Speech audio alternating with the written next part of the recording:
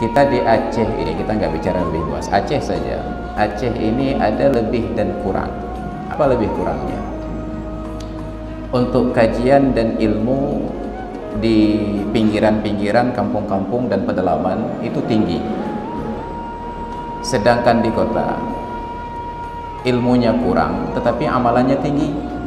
Makanya kalau masjid-masjid di kota 5 waktu berjamaah, 5 waktu penuh. Di kampung 5 waktu berjamaah, 1 waktu yang penuh, waktu maghrib. Maka ada lebih dan kurang. Bukan ingin saling memuji dan saling merusak, seharusnya saling mengisi.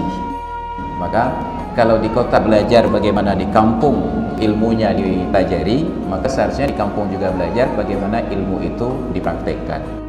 Tapi kalau harus memilih salah satu di antara keduanya, ini kita umpamakan ada pilihan tersebut. Apakah lebih baik berilmu saja, tidak beribadah sama sekali? Jangankan yang sunat, yang fardu pun tidak, tapi ilmunya dikuasai semua. Yang satu lagi, semua dipraktekkan, ibadah mulai dari yang fardu sampai sunat sekecil apapun dipraktekkan, cuma ilmu tidak ada.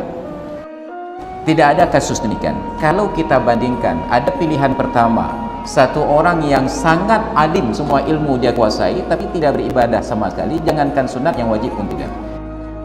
Yang satu lagi, dia ibadah lakukan semuanya dari yang wajib sampai sunat sekecil-kecilnya, tapi ilmu tidak ada. Kalau ada dua orang ini, kira-kira yang mana lebih baik? Yang sebelah kiri ini ataukah yang sebelah kanan? Ada yang berilmu tidak beramal, ada yang beramal tidak berilmu. Nyantoh yang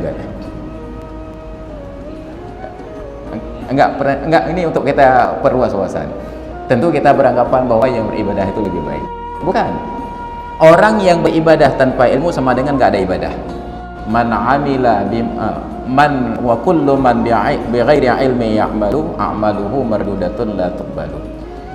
Serajin apapun ibadah, ibadahnya dianggap tidak ada karena tidak sesuai dengan ilmu.